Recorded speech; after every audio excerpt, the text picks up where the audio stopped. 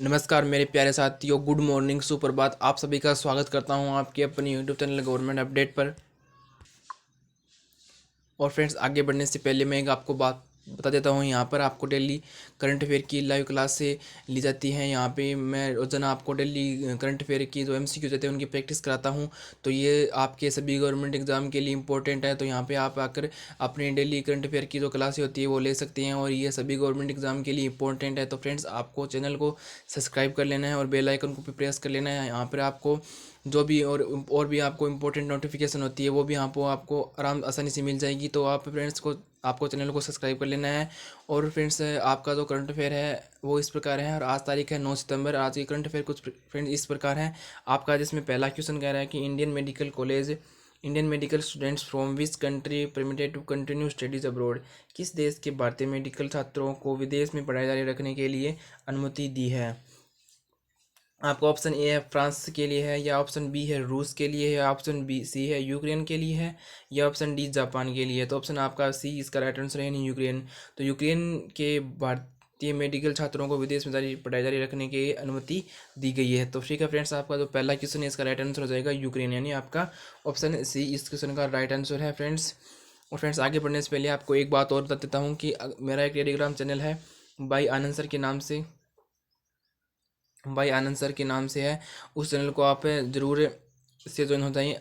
उस चैनल पर आपको जो भी जानकारी होती है उस चैनल पर आपको प्रोवाइड की जाती है, और क्लास की जो नोटिफिकेशन है वैसे तो आपको यूट्यूब पर मिल जाती है, और जैसे आपको कोई भी जानकारी होगी वहाँ पे आपको उस चैनल टेलीग्राम चैनल के माध्यम से दे दी जाएगी। और फ्रेंड्स, इस क्लास की अगर आपको पीडीएफ चाहिए, इस जो आज 9 सितंबर के जो करंट अफेयर की जो पीडीएफ है फ्रेंड्स, मैं उस चैनल पर आपको डाल दूंगा, वहाँ से आप उसकी पीडीएफ ले सकते हैं और अपनी पढ़ाई अपनी जारी रख सकते हैं। तो फ्रेंड्स, आपको उस चैनल को भी ज़रूर सब्सक्राइब कर लेना है और टेलीग्राम ज्वाइन को भी ज़रूर ज्वाइन हो जाना है। तो फ्रेंड्स, आगे वाले क्वेश्चन की तरफ बढ़ते हैं। आगे वाला क्वेश्चन है 2 नंबर क्वेश्चन है। 2 नंबर क्वेश्चन कह रहा है Russia buying weapon Russia buying weapon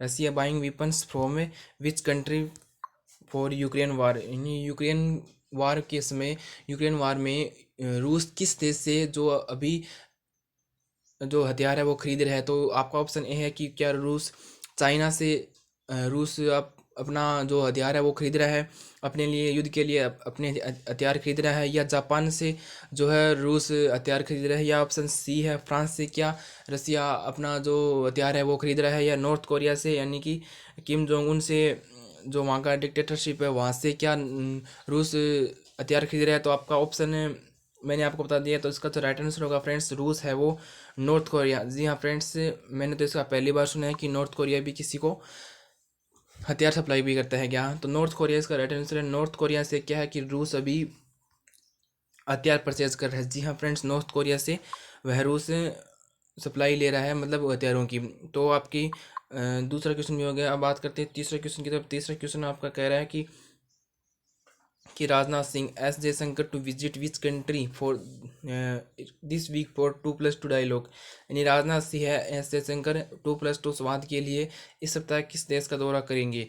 तो राजनाथ सिंह और एस जयशंकर है 2+2 यानी कोई संवाद के लिए इस सप्ताह किस देश का दौरा करेंगे। तो आपका ऑप्शन ए है कि क्या चाइना में जाकर राजनाथ सिंह और एस जयशंकर 2+2 संवाद करेंगे, या जापान में उनकी ये मीटिंग है, या ऑप्शन सी है कि रूस में क्या ये उनकी मीटिंग है, या ऑप्शन डी है क्या ये अमेरिका में उनकी मीटिंग है।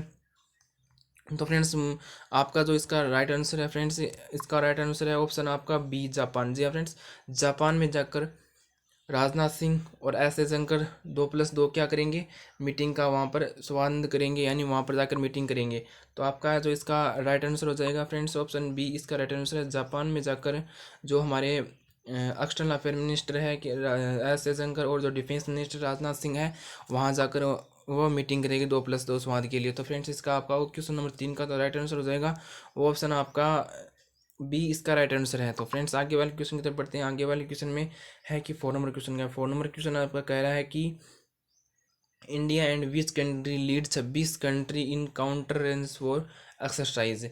तो आपका कह रहा है कि ऑप्शन क्वेश्चन नंबर 4 कह रहा है कि भारत और कौन सा देश रेंस मेवर रोधी अभ्यास में 26 देशों का नेतृत्व करता है। तो ऑप्शन आपका ए है, क्या वह देश अमेरिका है?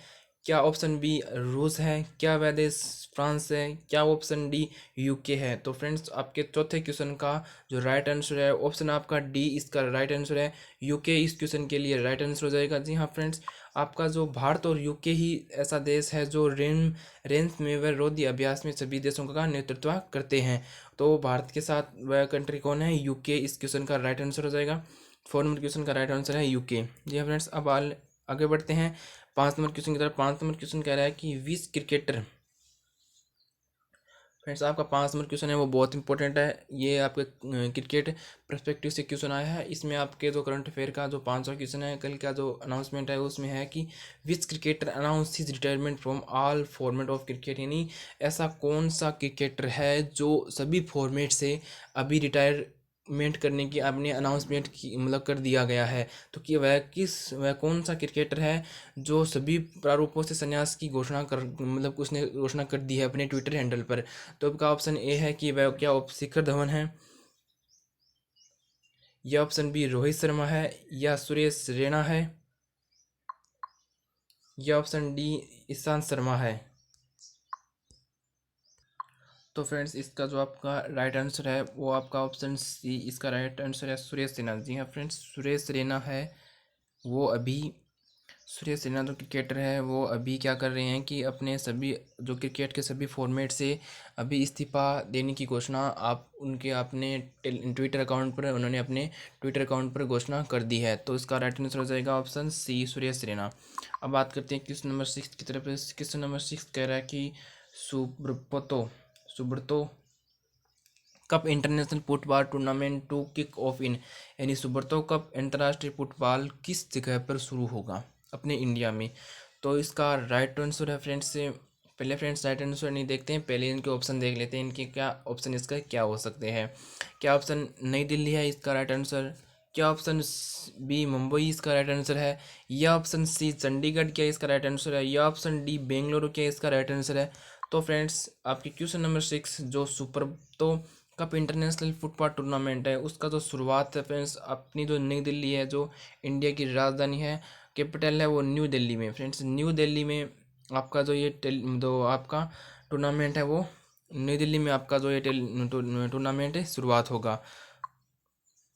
अब बात करते हैं फ्रेंड्स क्वेश्चन नंबर 7 की तरफ। क्वेश्चन नंबर 7 कह रहा है कि ये थोड़ा बड़ा क्वेश्चन है फ्रेंड्स से। Ireland data protection commission fine Instagram $dollar for breaching regulation on handling of children data.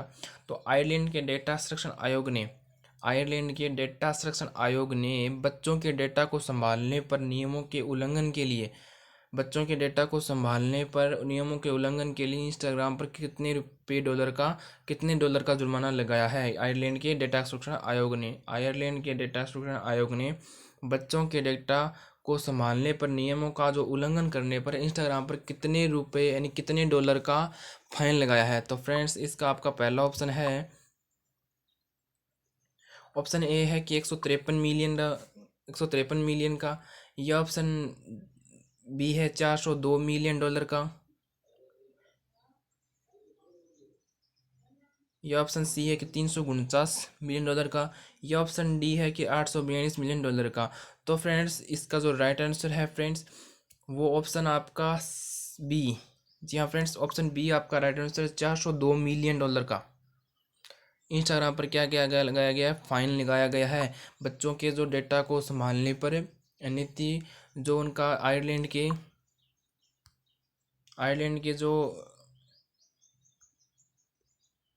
जो आयरलैंड के डेटा सुरक्षा आयोग ने लगाया है $402 मिलियन का फाइन वही इंस्टाग्राम पर। अब बात करते हैं फ्रेंड्स 8 नंबर क्वेश्चन की तरफ।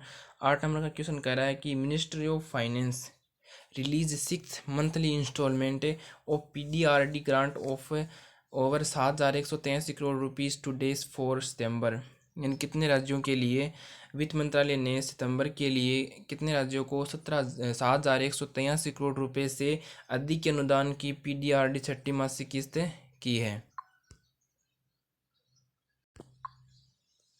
तो आपका ऑप्शन ए है 15 राज्य, या ऑप्शन बी है 18 राज्य, या ऑप्शन सी है 10 राज्य, या ऑप्शन डी है 14 राज्य। तो इसका राइट आंसर है ऑप्शन ए। 15 राज्यों के लिए ये 7,183 करोड़ रुपए से अधिक के अनुदान की पीडीआर छठी मासिक किस्तें जारी की है। तो आपका ऑप्शन ए इसका राइट आंसर हो जाएगा। अब बात करते हैं इस अगले क्वेश्चन की तरफ। अगला नंबर क्वेश्चन है 9वां नंबर क्वेश्चन है। 9वां नंबर क्वेश्चन कह रहा है कि विच कंट्री फर्स्ट इंटरनेशनल कोविड-19 vaccine by Bharat Biotech gets DCGI approval for emergency use. Bharat Biotech द्वारा किस देश के पहले इंटरनेशनल कोविड-19 वैक्सीन को आपातकालीन उपयोग के लिए DCGI की मंजूरी मिली है? तो आपका ऑप्शन ए है नेपाल, ऑप्शन बी है फ्रांस, या ऑप्शन सी है रूस, या ऑप्शन डी है भारत। तो फ्रेंड्स इसका राइट आंसर है ऑप्शन डी। जी हाँ फ्रेंड्स, आपका जो इसका राइट आंसर है वो भारत है। भारत इस क्वेश्चन का राइट आंसर हो जाएगा। अब बढ़ते हैं आगे वाले क्वेश्चन की तरफ। आगे वाला क्वेश्चन है 10 नंबर क्वेश्चन कह रहा है कि prime minister Narendra Modi and his counterpart jointly unveil unit 1 of a Maitri power project. प्रधानमंत्री नरेंद्र मोदी और उनके जो काउंटर पार्ट यानी सक्षम ने संयुक्त रूप से मैत्री पावर प्रोजेक्ट की यूनिट 1 का अनावरण किया है। यानी वह किस देश के साथ किया है, किस देश के काउंटर पार्ट के साथ किया है? तो आपका ऑप्शन ए है नेपाल है वो देश, या ऑप्शन बी है बांग्लादेश, या ऑप्शन सी है श्रीलंका, या ऑप्शन डी है म्यांमार। तो ऑप्शन इसका right answer friends option B इसका राइट आंसर है। बांग्लादेश के साथ ये बांग्लादेश के साथ मैत्री पावर प्रोजेक्ट को यूनिट 1 का अनावरण किया गया है। तो फ्रेंड्स आज के लिए बस इतना ही, मिलते हैं फ्रेंड्स नेक्स्ट क्लास में। और आपसे फ्रेंड्स एक लास्ट टाइम आपको एक क्वेश्चन और पूछता हूँ कि आपको जो किस दिन लिटरेसी डे को हम सेलिब्रेट करते हैं? आपका ऑप्शन ए 8 सितंबर, ऑप्शन बी है 9 सितंबर, ऑप्शन सी है 7 सितंबर, या ऑप्शन डी है सितंबर 10। तो फ्रेंड्स आपको इसका जो आंसर है वो कमेंट बॉक्स में बताना है कि इसका क्या राइट आंसर है। और फ्रेंड्स मैं इससे रिलेटेड एक क्वेश्चन आपको और पूछता हूँ कि इसकी जो इंटरनेशनल लिटरेसी डे है इसकी थीम क्या है? ठीक है फ्रेंड्स, इसकी तो थीम है, मैं आपको बता देता हूँ। उसका जो आपका आंसर आपको कमेंट बॉक्स में करना है कि जो इंटरनेशनल लिटरेसी डे वो कब मनाया जाता है। और आज का इसका जो आपका थीम है वो मैं बता देता हूँ। इसका थीम क्या है? थीम है वो transforming literacy day literacy learning space. जो इंटरनेशनल लिटरेसी डे की जो थीम है वो है इन ट्रांसफॉर्मिंग लिटरेसी लर्निंग स्पेस। तो फ्रेंड्स आज के लिए बस इतना ही, मिलते हैं नेक्स्ट क्लास में, तब तक के लिए जय हिंद।